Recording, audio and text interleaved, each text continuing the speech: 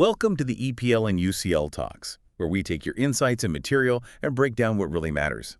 Today, we're trying to make sense of something that felt, well, almost unthinkable a few weeks ago.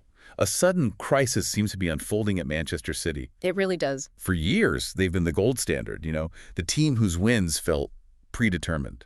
But now, after back-to-back defeats, a loss to Newcastle in the league, and then a really shocking Champions League loss to Bayer Leverkusen, their whole foundation is looking surprisingly shaky. It's astonishing, and I think the core mission for us today, and for you listening, is to really answer one question.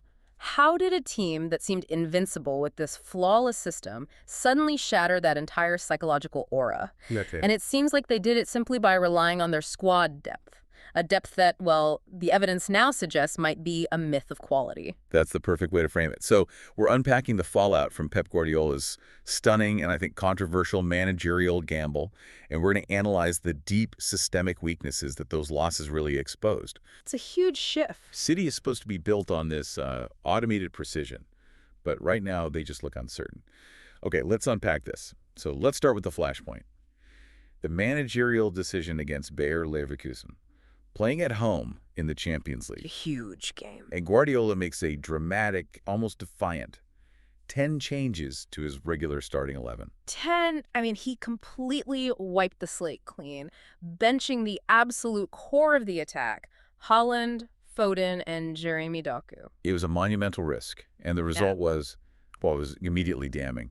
A 0-2 home loss. And to put that in context for you, this is City's first Champions League group or league phase home defeat in 7 years. 7. It goes all the way back to 2018. Wow. So this isn't just a loss. This is a historical anomaly for a Guardiola side, especially one known for its fortress mentality in Europe. And what's really revealing is Pep's own reaction after the match, because you could just see this genuine split in his confidence. You really could. On one hand, you get at the standard manager's line, he's taking absolute responsibility. He insists on it. Yeah. But then he immediately contradicts that by admitting maybe it was too much seeing the result.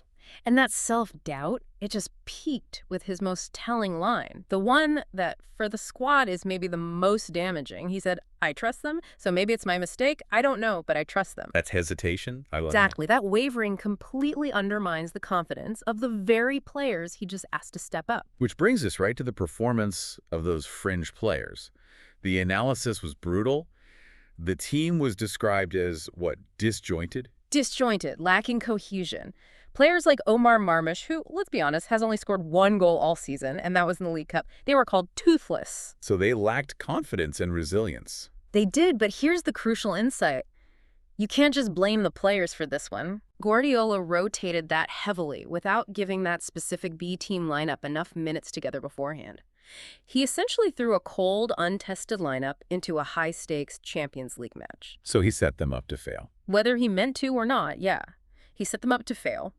They had no rhythm, no real communication, and because of that, no chance of executing his complex tactical blueprint. So the paradox is, Pep needs everyone ready for this grueling schedule, but by the time he actually calls on them, they're not just match unfit physically, but psychologically and tactically too. That's it in a nutshell. And this leads right to the core psychological crisis. And this is where it gets really interesting for me. Absolutely, because this is about so much more than just points on a board. The analysis we're seeing suggests City's single greatest weapon, that oppressive, intimidating aura of invincibility, The one that made teams feel beaten before kickoff. has completely evaporated. That is a fundamental blow. We've heard for years about the fear factor at the Etihad. What has changed in the other dugout? The whole mentality has shifted. Rival managers are no longer tactically intimidated. They used to show up just hoping for damage limitation, escape with some dignity. Right. Play for a 1-0 loss. Exactly.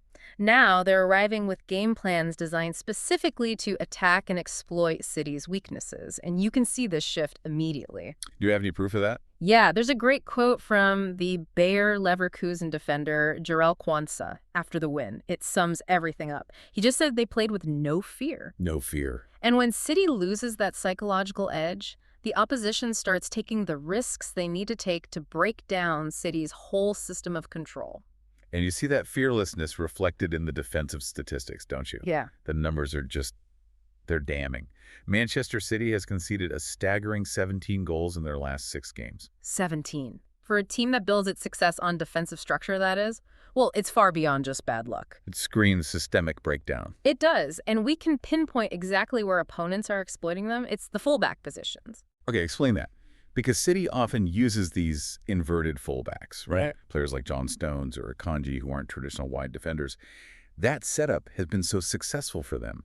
Why is it suddenly being exposed? Well, that's the key question. The inverted fullback role works perfectly when the A team is playing because the structure around them, the Rodris, the Bernardo Silvas, they provide constant, instant cover and communication. Okay. But when the B team comes in, that split-second communication, the covering runs, those instinctive defensive movements, they just break down. So opponents like Newcastle and Leverkusen win the ball and immediately play it wide. And they create overloads.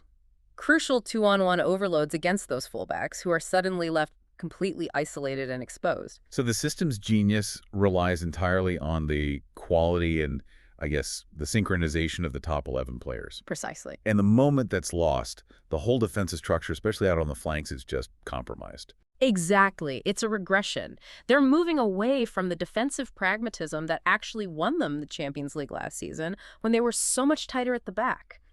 Now, the space is there for the taking, and rivals know exactly how to use it. Let's go back to Guardiola's own defense of this rotation policy, because he was dealing with an impossible calendar. He really was. He stressed the sheer physical necessity of it all games, every 3 or 4 days, nonstop until March. And his rationale from a physical standpoint, it was sound. He explicitly said no human being can sustain it, and he even mentioned that Erling Haaland cannot play 95 minutes all the time. He felt he had to involve everybody to prevent injury and burnout. But the real problem, and Pep himself identified this, wasn't physical. It was purely psychological. He said the rotational players were not free and relaxed. That is such a devastating observation from a manager. Why? Because they were playing with this overriding focus on not making a mistake. They were worried about not wanting to punish the team, and that internal fear just paralyzed them. Pep's system requires high-risk, high-reward play. You have to break lines, you have to make complex movements, you have to get close to the structure. If you're terrified of misplacing a pass, you just default to safe sideways passes. So the B team was too afraid to take the risks needed to even make the system function. Exactly. Mistakes are a part of football, Yeah. but fear paralyzes the aggressive action you need. That fear of letting the A team down, compounded by the manager's own public doubt, that's what broke the performance. And the pressure is just relentless. Yeah. There is no time to recover psychologically from this. The focus immediately shifts to Leeds in the Premier League, followed by a hugely demanding away match at Real Madrid on December 10th. That Leverkusen loss has just intensified this whole gauntlet of fixtures. And the timing of it all is quite poignant, actually. This defeat happened during Guardiola's 100th Champions League game in charge of Man City. Wow, his 100th. Yeah, it makes him only the third manager to hit that century mark with an English club after giants like Alex Ferguson and Arsene Wenger. Hitting a century should be a celebration, but it sounds like it became a moment of, I don't know, harsh reflection for him instead. It seems so. When he was reflecting on his time in the Champions League, he actually acknowledged that he remembers more UCL disappointments than good moments. That kind of introspection after a loss like this tells you how deep it cuts. Let's dive into the stats from that match, because they tell the full brutal story. Despite City dominating possession at 55.2%, Which is typical. and taking 19 shots, winning 9 corners, Leverkusen was just ruthlessly efficient. They scored with both of their shots on target. Both of them. And the contrast is clearest when you look at the expected goals. The XG. City's XG was 1.84.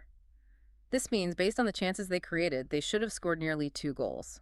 And Leverkusen's. Leverkusen's XG was only 0.55. That huge gap between 1.84 XG and 0 actual goals. Yeah. That's where the problem is. They created the chances, they just didn't convert.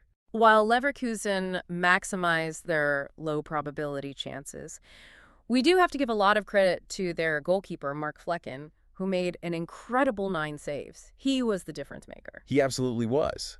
But the immediate fallout wasn't just on a spreadsheet. The team was booed off the pitch by their own fans. Yeah, that's a big deal at the Etihad. That public display of disappointment just shows how much the fans recognize that this untouchable aura is eroding. And the implications for the Champions League table are significant. They're currently sitting in sixth place with 10 points. If results keep going against them, they risk dropping into that playoff round. Places ninth through 24th. Right, which would add two more high-pressure, complicated games to their already packed spring schedule. It's the last thing Guardiola needs. The bottom line here is that the squad's ability to cope with this intense schedule is now being openly questioned. And this system just looks fragile without the core guys. Completely. Their reliance on Holland, Foden, and Doku was glaringly evident when they were benched. They came on in the second half and, the performance improved a little, but they couldn't undo the damage. So the lesson from this whole deep dive seems crystal clear. Rotation is necessary to survive, but if the B team lacks confidence and if the manager himself shows doubt, the entire system just fractures. The aura is gone. Rival teams smell blood, and they have specific, actionable blueprint now. Attack those exposed fullback positions. So to leave everyone with a final thought, Well, considering Guardiola publicly questioned his own decision to trust his bench players, which is a huge psychological blow to those guys, how quickly can he genuinely rebuild their belief? and their freedom to play, Exactly. Their contributions are absolutely vital for surviving the months ahead. But without that belief, they're just going to remain paralyzed by the fear of making a mistake. Rebuilding that trust, that's the real test for the rest of his season. thank you so much for taking this deep dive with us today. We'll be here when you need another stack of sources unpacked. Until then, keep questioning, keep learning, and may your pursuit of knowledge be long, fruitful, and incredibly insightful.